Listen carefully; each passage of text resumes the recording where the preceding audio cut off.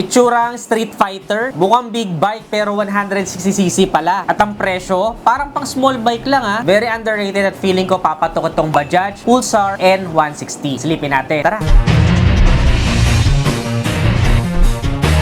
So yun nga netizen, so makita ko to, sabi ko, ang ganda ng potential nitong 160cc na to. Kasi biruin mo, ang presyo niya is 115,888 pesos, netizen. Pero yung itsura niya, yung tindigan niya, parang jump pack talaga sa specs and features na mapapagkamalan mo nga siyang Street Fighter, lalo yung kulay pula. Aakalain mo talagang big bike, netizens. Naalala ko nga yung era nung mga rouser, yung usong-uso pa yung malalaking motorsiklo. Pero surprisingly, netizens ha, itong seat height nito is 795mm. So, hindi siya kasing taas nung iniisip natin, nasa 800 pataas na. Kayang-kaya to siguro around 5'4" in height. Kasing tangkad ko, kaya to. Or 5'5". Comfortable na to imaneho. May nagtanong nga kung kaya daw ba ng 5'2". Siguro, pero one leg down ka na dyan. Hindi ko alam kung di na ba patok yung mga ganitong motorsiklo simula nung nagkaroon ng mga scooter. Pero isa to sa magkukot talaga ng eye mo eh. Kasi ganito talaga yung mga gusto ng mga lalaki. Yung parang brusco, macho tignan. Tignan mo ba naman yung headlight pa lang yan eh. So, napakaganda na ng itsura. Parang may projector sa pinakaibaba, tas para siyang may mata na nanlilisik. Ito nalitaw yung suspension niya na kulay gold at upside down na telescopic fork, netizens. Palagay ko magiging maganda ang feedback nito sa bumpy roads. Tas ang ganda rin ng pinakatapalodo niya sa likod, netizens. Mukha talaga mamahalin, ang ganda. May class talaga tong motorsiklo na to. And even yung kanyang mga side mirrors hindi masyado extended. Parang halos malapit lang sa manibela. Habang black painted naman yung ating mga levers dyan. And of course, we have a naked handlebar. Kasi parang naked bike na may pagka-sporty yung datingan itong isang to. Siyempre, we have a fully digital meter panel, netizens, na nandun na lahat ng information that you will need. Siyempre, may neutral indicator din. Makikita mo rin yung kanyang light indicator, speedometer, all that stuff. Disusi pa to, hindi pa siya keyless, pero it's not big of a deal for me. So, parang may dalawa din siyang palikpik doon sa may bandang pinaka-tank niya, netizens. Grabe, ang ganda rin nito tumunog.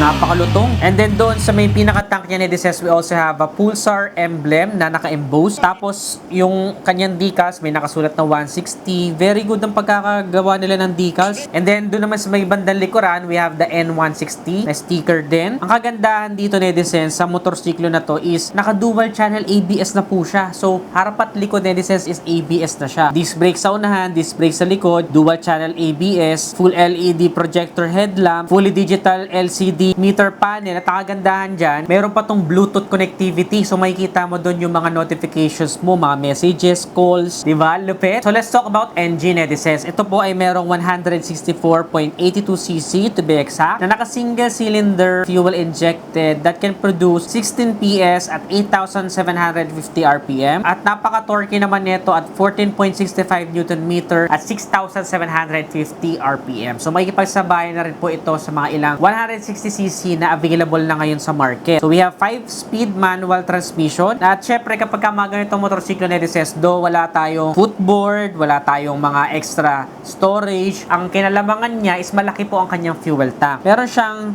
14 liters na fuel tank capacity. And it can consume around 45 to 50 kilometers per liter, netizens. So, yun, parang parehas na rin ng mga ibang 160cc motorcycle. Pero pakiramdam ko mas magiging matipid sa gasolina ito because manual transmission siya. And yun din, yung mga advantage ng mga manual transmission, netizens, we all have the gearing option. At ayon nga sa papel, netizens, is kaya daw nito tumakbo ng 120 kilometers per hour. Marahil yung iba iisipin, naku, depende pa rin sa rider yan or ang bagal naman yan. Pero ang pinakamahalaga talaga niya, netizens, na gamit natin sa everyday situation is yung kanyang pinaka-torque. So, napakalakas naman po ng torque ng isang to. So, doon na lang babawi. Actually, ayon nga sa papel, netizens, kaya pa daw nitong i-stretch up to 55 to 60 kilometers per liter. So, ganun siya katipid. Pagdating naman sa mga gulong, netizens, meron tayong 17 inches wheels na meron tire size sa front na 180/17 at sa rear naman na 130/70. 17 inches wheels po yan, harap at likod. At ito naman po ay medyo may kabigatan compared sa mga ibang 160cc dahil 152 kg siya. So, yung mga alimbawa scooter na NMAX, nasa around 132, 134 kilograms lang yan. So, mas mabigat tong isang to. So, may nakita din ako sa kanya para nakalitaw na. So, may nakalitaw na I think slider din ito or parang crash guard na rin para pag naitumba mo, hindi ka agad magagasgasan yung pinaka-body. So, aside pala doon, bukod sa calls and SMS alerts, netizens, meron din tong turn by turn na navigation kung saan makikita mo na yung next turn mo kapag nakakonect yung phone mo doon sa pinaka-motorsiklo mo. Kung liliko ka na ba sa kanan, sa kaliwa, at saka meron din siyang ride modes na pwedeng pagpilian. Doon din sa kanyang front suspension, netizens, makikita natin yung mga reflectors and meron din tayong space for a pillion ride. Though makikita natin na medyo parang sporty pa rin or medyo basic yung pinakaupuan, we can expect na hindi ito yung magiging pinaka-komportable dahil hindi naman yun yung pinaka-style niya. Pero kapag kakailanganin mo mag-angkas, kayang-kaya pa rin. Diba, nito na lang din naman naging maselan yung mga tao nung sobrang dami ng options. But before, ito yung mga gusto talaga nila, yung mga inaay nila, yung mga brusco, mga macho, mga action star. We also have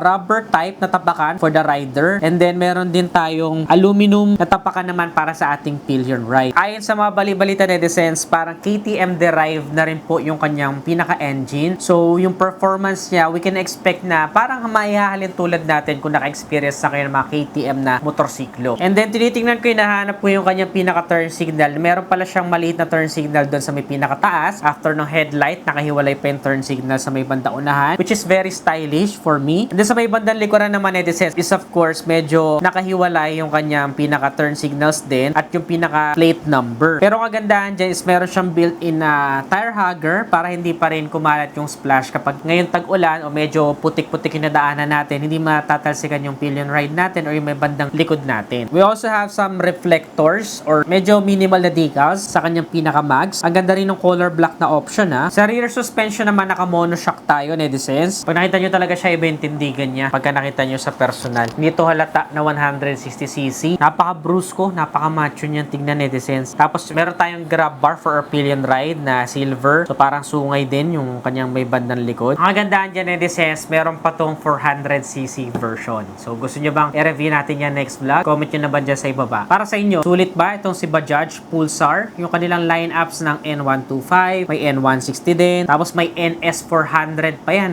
na i-review naman natin sa mga susunod. Lupet, di ba? Mga Street Fighter, naked yung itsura, pero 160cc pala. So nag-trending nung nakaraan yung Pulsar N125 kasi sino ba naman mag-aakala na may 125cc na gano'n yung itsura? Pero I think ito yung isa sa mga sweet spot, yung 160cc, kasi meron na rin talaga ibubuga ito. So I'm looking forward na ma-review yung kanilang 400cc kasi yun naman is expressway legal na, napaka-pogi ng motorsiklo. Ang pangamba nga lang na iba is paano daw yung mga parts and accessory. Usually naman, netizens, kapag ka mga ganitong brand kagaya ng Bajaj, dun pa lang mismo sa pagbibilihan ninyo na kasa is napakarami ng parts and accessories sa pwedeng pagbilihan, lalong-lalo na yung mga wear and tear parts. Kasi priority nila yan na dun kayo magpa-maintenance sa kasa. Ni-encourage nila kasi dagdag kita din yan. Aside sa nakabenta na sila ng motorsiklo, dun din sila magkakaroon ng dagdag kita sa after services. Yun lang, netizens. Ano pa kayong mga ibang motorsiklo ang gusto nyo i-review natin next vlog? Comment your suggestions below. Kung nagustuhan mo to, don't forget to give this video a thumbs up. Subscribe. Again, this is Adriano. Always keep it cool, rise always.